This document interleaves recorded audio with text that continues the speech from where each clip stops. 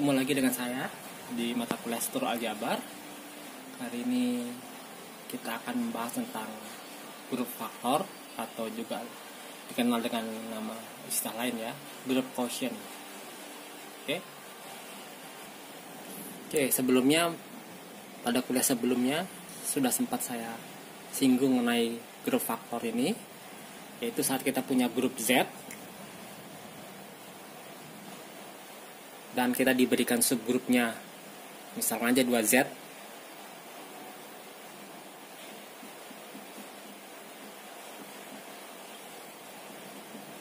Jadi grupnya Z dan subgrupnya 2Z. Kemudian kita kumpulkan semua koset-kosetnya ya.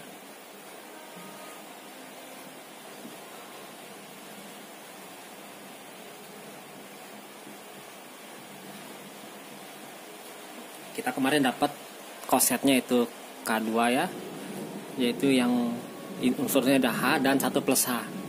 Kalau kalian lupa mungkin kalian buka lagi tentang materi tentang koset ya, atau subgrup normal. Nah, ternyata K2 ini membentuk grup. Membentuk grup dalam artian dia berlaku sifat asosiatif, punya unsur identitas yaitu H, dan setiap unsur punya inverse ya. Nah, ini kebetulan inverse-nya dirinya sendiri ya. Semua unsur ini inverse-nya dirinya sendiri. Nah, mungkin K2 ini kemarin juga sudah kita bahas bahwa ini tidak lain adalah subgrup jam-jaman 2 ya, atau yang kita kenal dengan Z2.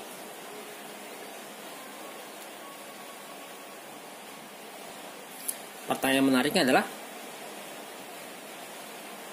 saat kita punya grup Z dan hanya adalah 2Z, 3Z, 4Z, 5Z dan seterusnya, itu semuanya koset-koset yang berkorespondensi dengan subgrupnya itu membentuk grup baru ya, himpunan koset-kosetnya.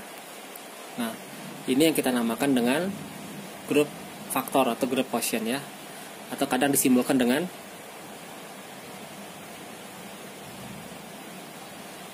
Z per 2Z. Nah, ini ada sama dengan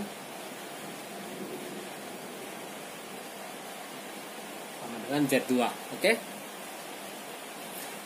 Nah, pertanyaan menarik adalah kalau kita dikasih sembarang grup,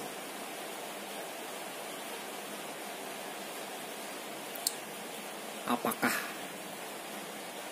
subgrup, kita ambil subgrup sembarang dari grup itu, maka grup itu per subgrupnya membentuk sebuah grup baru ya, atau dengan lain, apakah himpunan semua koset dari grup itu membentuk grup juga? Itu pertanyaan yang menarik tentunya ya. Nah, sekarang saya punya subgrup S3 ya, kemarin sudah kita pelajari di grup permutasi, itu ada punya 6 anggota. Dan ini kalau kita ambil subgrupnya itu H,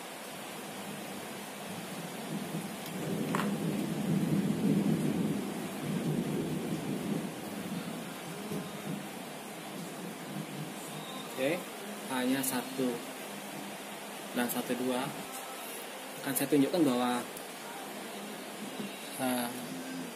kosetnya dari S3 terhadap H ini tidak membentuk grup. Itu yang pertama kita cari adalah semua kosetnya ya, karena jumlah anggota S3 ada 6 dan hanya ada 2. Ada sebuah teorema mengatakan bahwa, yang teoremanya akan kita bahas belakangan, mengatakan bahwa jumlah kosetnya adalah 3. Tapi teoremanya akan kita bahas belakangan ya. Sekarang kita gunakan aja. Bukan kita gunakan ya, sebenarnya tidak kita gunakan, tapi ini untuk sekedar gambaran saja. Bisa kalian coba sendiri bahwa kita akan dapatkan bahwa sudah haruskan bahwa kosetnya ada 3, yaitu 1H, ini akan sama dengan 1,2H sama dengan H. Ya wajar ya, karena ini anggota dari subgrupnya pasti dikalikan hasilnya sama dengan H. Nah, 2 koset lain adalah 1,3H dan 2,3H. 1,3H bakal sama dengan 1,2,3H. Jadi kita punya himpunan koset yaitu 1, 2, 3. Jadi saya tulis himpunan semua kosetnya adalah H 13H dan 23H. Oke. Tentu untuk grup kita perlu cek aja memenuhi 3 buah sifat itu atau tidak ya. Nah, untuk mudah saya akan tunjukkan bahwa ini tidak tertutup terhadap operasi perkalian kosetnya ya. Jadi perkalian himpunan gitu. Jadi dengan ini ternyata tidak ada di sini ya. Jadi kita dapatkan bahwa saya tulis ulang ya, 13H dan 23H. Oke, saya tuliskan dengan tinta biru bahwa 13H adalah itu himpunannya dan 23H itu adalah himpunannya. Oke. Dan kalau ini kita kalikan,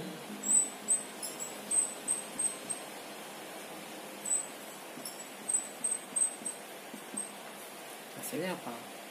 Ini sama memperkalikan ini dengan ini dengan ini dengan ini dengan ini ya. Jadi 13 kali 23 ini akan sama dengan enggak ya? 13 kali 23 adalah 132. Jadi 13 kali 132 itu hasilnya adalah 23. Kalian bisa coba sendiri. Kemudian yang ketiga 123 kali 23 hasilnya adalah 12. Oke. Sementara 123 kali 132 kalian tentu tahu ya. Oke, benar, itu sama dengan 1. Nah, perkaliannya tidak menghasilkan anggota dari himpunan koset ini lagi. Berarti ini sudah tidak tertutup terhadap operasinya. Jadi caranya tidak mungkin dibentuk sebuah grup, oke? Dan kemarin kita sudah cek H ini tidak membentuk subgrup normal. Silakan cek video sebelumnya tentang subgrup normal. H ini tidak membentuk subgrup normal ya.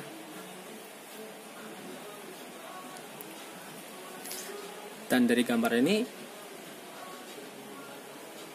tentu kita bisa menduga-duga bahwa kalau hanya subgrup normal dari grup G, maka himpunan semua kosetnya membentuk grup. Nah, itu tentu sebuah dugaan yang wajar saja kan.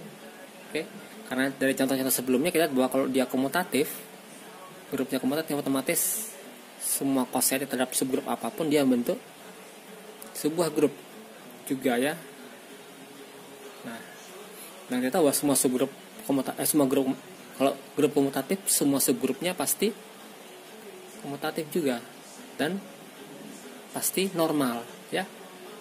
Tentu pertanyaannya adalah kalau H itu subgrup normal dari G, maka kosetnya akan dibentuk, himpunan semua kosetnya akan dibentuk sebuah grup. Oke, jadi kalau kita diberikan suatu grup G dan subgrup normalnya H, maka himpunan semua kosetnya ini dengan operasi koset ya, ini membentuk grup.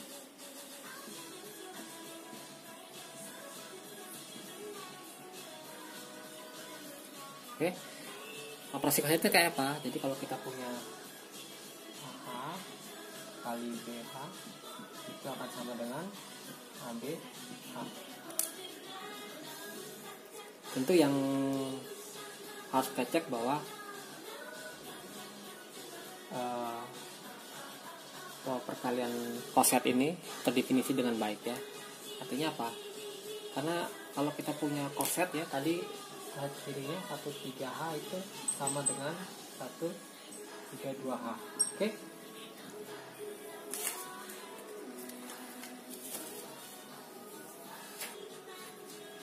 Wah, 123 ya. 123.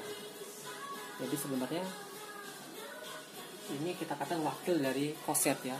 Jadi wakilnya bisa apa aja. Nantinya ini benar-benar tidak tergantung pada wakilnya tadi. Oke. Tapi sebelum kita cek apakah ini terdefinisi dengan baik, kita akan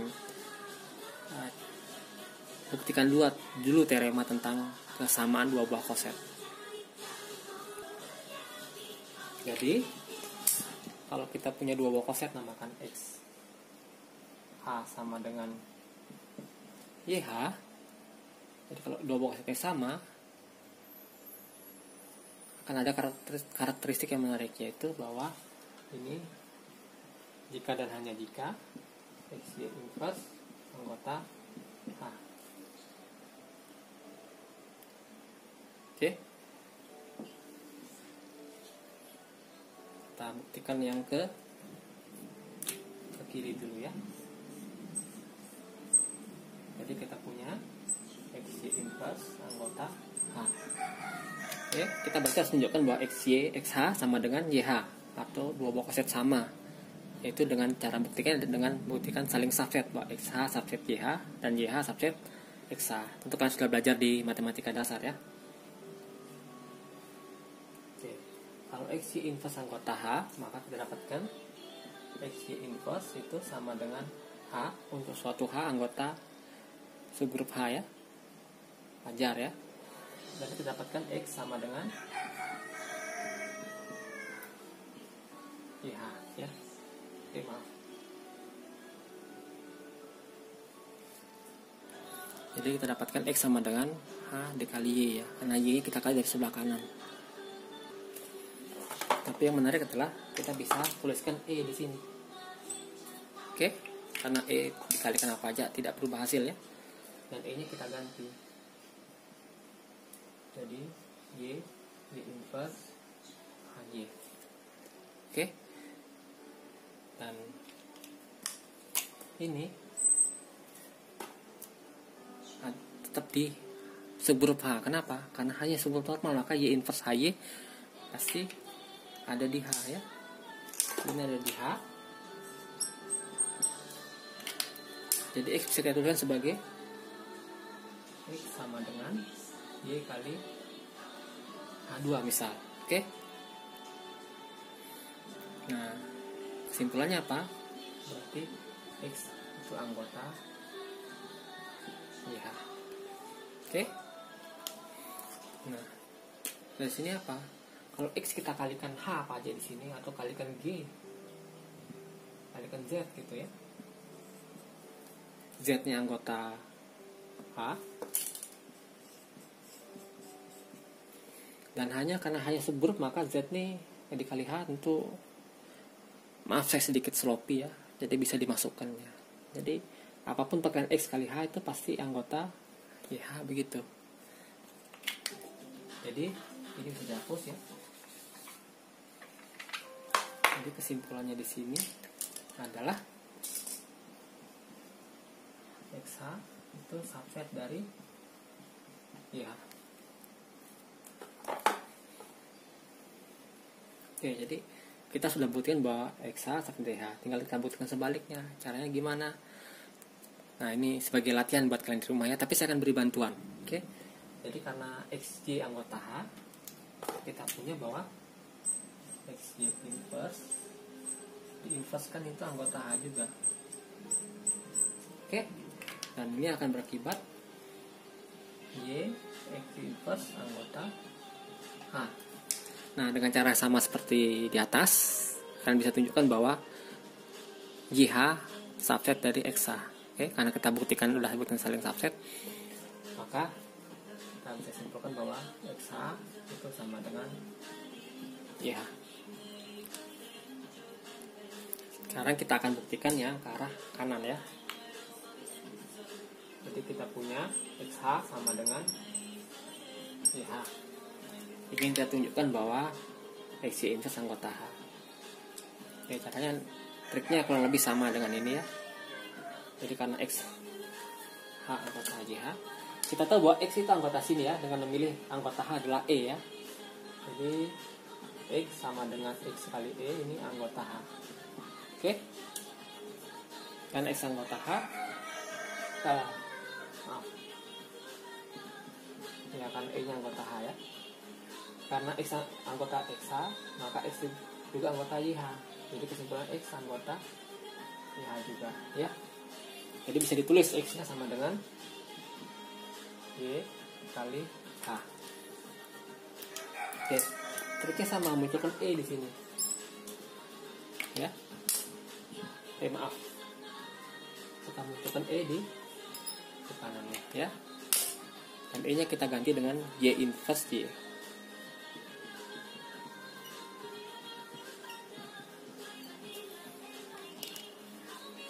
Oke. Dan kita tahu bahwa ini adalah anggota H. Kenapa anggota H? Karena H-nya subgrup normal. Jadi Y inverse atau Y inverse HY sama aja ya. Itu ada di H ya. Jadi ini kita gunakan bahwa G HG inverse itu subset dari H. Oke. Nah, kemudian karena ini anggota H, kita bisa ganti dengan unsur H lain ya. Jadi X sama dengan H3Y begitu ya. Nah, sekarang kita kalikan dari kanan dengan Y inverse ya. Dapatnya Y inverse itu sama dengan H3. Oke, tentu dengan mudah kita bisa simpulkan bahwa XY inverse itu anggota dari H. Oke, intinya jelas. Jadi kita punya teorema bahwa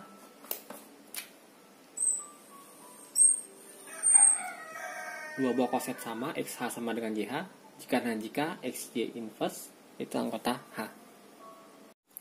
Oke, kita sudah membuktikan teorema ini bahwa kalau dua buah koset sama, itu pasti XY inverse itu ada di subgrupnya. Oke. Nah, sekarang kita sudah bisa menunjukkan bagaimana perkalian koset itu well defined ya, terdefinisi dengan baik. Artinya kalau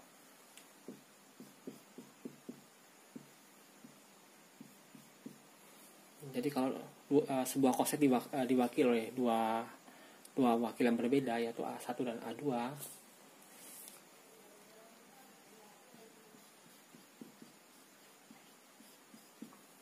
dan koset kedua B1H sama dengan B2H atau diwakili oleh dua wakil yang berbeda, kalau dikalikan hasilnya sama. Jadi A1H dikali B1H pasti hasilnya sama dengan kalau wakilnya juga beda ya, A2H dikali B2H. Oke, jadi kita ingin menunjukkan bahwa A1H dikali B1H itu sama dengan A2H dikali B2H. Oke, atau dengan kata lain bahwa A1B1H sama dengan A2B2H sesuai dengan perkalian koset yang kita definisikan ini kan. Jadi tujuan kita adalah membuktikan ini. Oke. Tapi ini sendiri, dari sini kita dapatkan bahwa A1 A2 inverse itu anggota H, dan dari sini kita dapatkan B1 B2 inverse anggota H.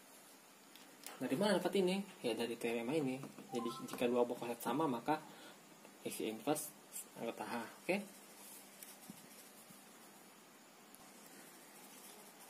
Tapi ini juga bisa kita tuliskan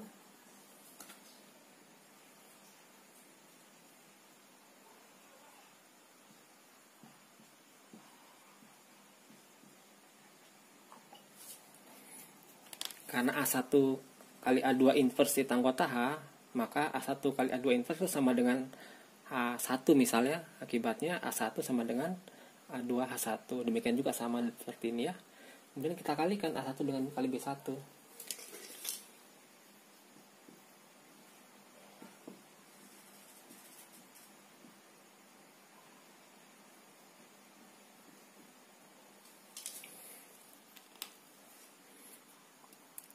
Oke. Jadi A1 kali B1 sama dengan A2H1 kali B2H2. Oke. Nah, sekarang di sini triknya. Bagaimana triknya? Ya, kita munculkan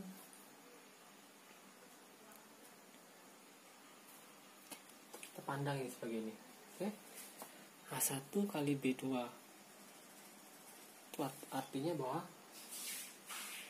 H1 B2 itu anggota dari HB2. Iya kan? Nah, tapi karena H subgrup normal, maka ini sama dengan B2H. Oke? Karena H1 B2 anggota B2H, maka kita dapatkan H1 B2 itu sama dengan B2 kali H3. Oke? Oke, akibatnya ini kita bisa tulis ulang bahwa A1 B1 sama dengan, ini kita ganti ya, B2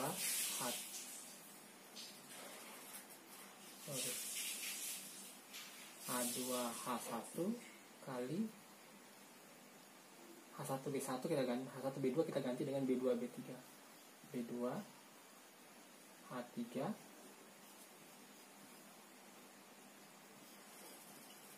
ya, ini adalah pengganti yang ini karena kita dapatkan yang ini ya, kita ini menggantikan yang ini, jadi kita dapatkan ini. Oke. Nah, ini tidak lain dengan adalah A1 B1 kali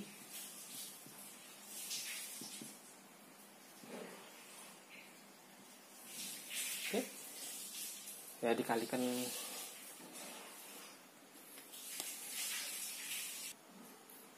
saya sedikit salah di sini, saya ulang ya.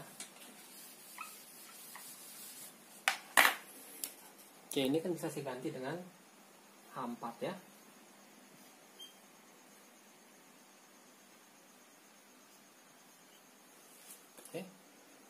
Tadi kita ganti H1 B2 dengan B2 B3, kemudian di sini jadi H3 kali H2.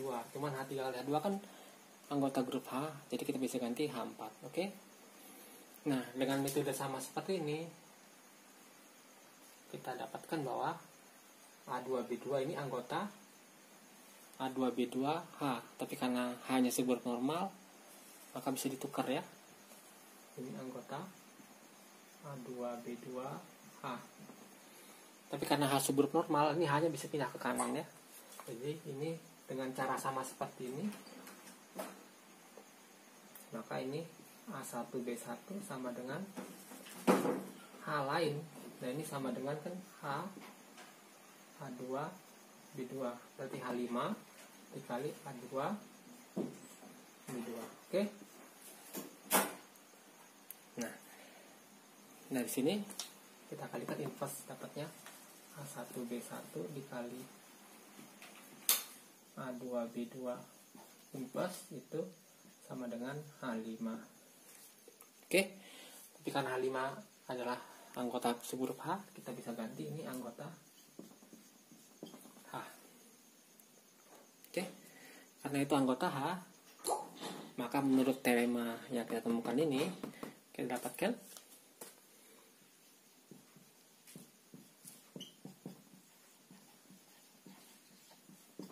A1B1H sama dengan A2B2H. Jadi kita dapatkan yang kita lingkarin merah ini. Jadi kesimpulannya adalah perkalian kosetnya adalah well defined. Oke. Demikian tentang grup faktor atau grup quotient, bahwa kalau kita punya grup G dengan subgrup normal H, maka G per H ini membentuk sebuah grup yang kita namakan dengan grup faktor atau grup quotient. Oke. Dengan operasi di grupnya adalah perkalian koset yang seperti ini. Oke. Jika ada pertanyaan, silakan tinggal kolom komentar atau tinggal WhatsApp saya. Oke.